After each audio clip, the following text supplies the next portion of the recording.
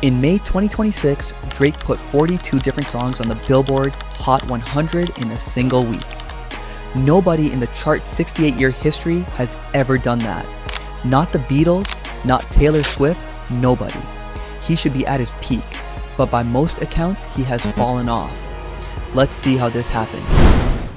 One of Drake's most iconic lyrics is "Started from the bottom, now we're here." And while Drake definitely wasn't rich growing up, he definitely didn't start from the bottom either. Aubrey Drake Graham was born to Dennis and Sandra Graham. He grew up in Weston, a lower income area in Toronto, but moved to Forest Hill after grade 6, one of the richest neighborhoods in the city. At 15 years old, Drake was introduced to one of his rich friend's dads who was an acting agent. He found a role for Drake on the Canadian teen drama series Degrassi, where he played one of the main characters, Jimmy Brooks. He earned around $50,000 a year playing this role, but since his dad was in prison, they didn't have enough income. One day, while on the phone with his pops, he heard his dad's cellmate rap over the phone. Over time, they began rapping back and forth to each other. That every time Drake's dad's cellmate and Drake would be on the phone, they would just be rapping to each other back and forth. And what's amazing is that a year after this, Drake started getting serious into music. By the time he left the show in 2008, he was already kind of known. That next year, he released So Far Gone.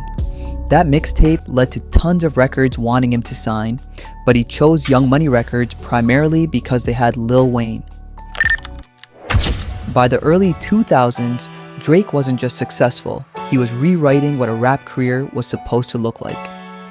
Take Care earned him his first Grammy and a spot on Rolling Stone's list of the greatest albums ever made after only being signed for 2 years. And now, he wasn't at the bottom. He was the most listened to artist in the world. Hotline Bling wasn't just a hit, it was a 2 billion view fever dream.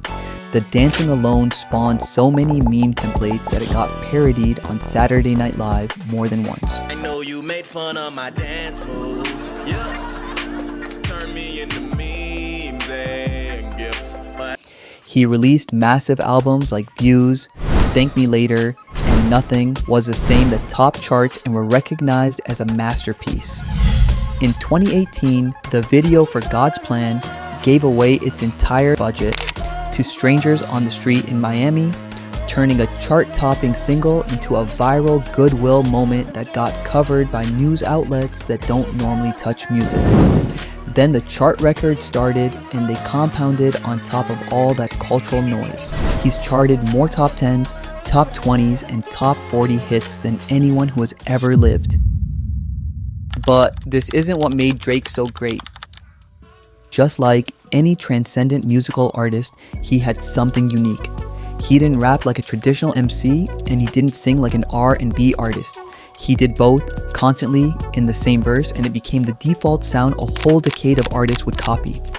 He is a genre-defying crossover artist who regularly blends his signature rap singing style with pop, dancehall, Afrobeat, and house music.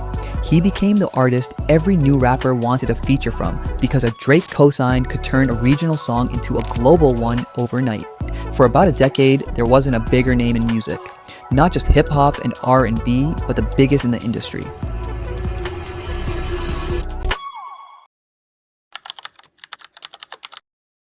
It started, oddly, with a compliment. Late 2023, J. Cole's verse on Drake's first-person shooter floated the idea of a big three: Drake, Kendrick Lamar, and Cole, running the genre together. Kendrick shot down the idea of there being any type of big three with his feature on Metro's song. After Kendrick's clap back to Cole, the beef went from 3 people down to 2 due to Cole dropping out. Over the next several weeks, the two traded roughly 7 track back and other. As we all know, the beef ended with Kendrick's iconic diss track, Not Like Us. Lover boy certified.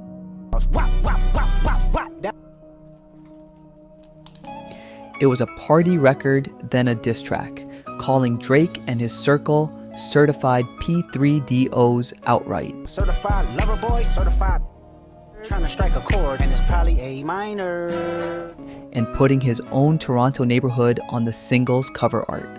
None of it was proven, but it stuck. Drake's final response, The Heart Part 6 barely registered. Inside hip-hop, the verdict was clear. Kendrick had won decisively, and he made sure nobody forgot it. At the 2025 Super Bowl halftime show, in front of what was recorded as the most watched halftime show ever, 133 million viewers watched Kendrick crip walk all over Drake. But this was just the beginning of Drake's downfall. Drake sued twice.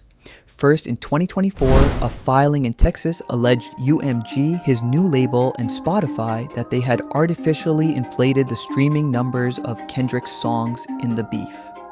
Then, in January 2025, a full lawsuit against Universal Music Group in New York. He accused the label of knowingly promoting a song telling the world he was a P3DO.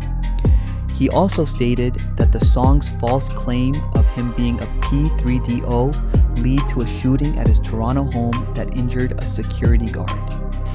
But many listeners saw through Drake's desperation. That Drake is biracial, so I'm looking at it from a black and white perspective, okay? His daddy's side engaged in a rap battle. His daddy said, go out there and fight, go out there and fight. And then when Kendrick busted his ass, his mama's side said, oh no, Aubrey, we going to the police. Okay. The label called the lawsuit an attempt to save face after losing a rap battle Drake started. After getting smoked in that lawsuit, it was high time for Drake to refocus on what made him great. He was never the storyteller that Kendrick or Cole was. What made him a part of the big three was his legendary blend of different music genres. Unfortunately, he doubled down. In January of 2026, he appealed his legal action again. Even though the music world was already past the rap beef, Drake was still stick the past. But the hit to his ego wasn't only seen outside the studio. Unfortunately, his pride was so hurt that it seeped into his new music. He released 3 new albums in 2026, and they faced massive scrutiny. All 3 albums attempted to imitate a pure rap style that many rap fans never wanted from Drake. Start the show. Ironic cause the Iceman was a nice man, now I'm hot and cold. His lyrics that normally were about heartbreak and money. Instead, he wrote childish burns of artists that forgot about their beef with Drake years ago. But this finally exposed something about the artist that was always there. He has a fragile ego. The fake abs, the need to rap hard to transition from what made him great. Even if his old songs still get millions of streams a month, Drake's respect and relevance have been tarnished by his own childlike ego.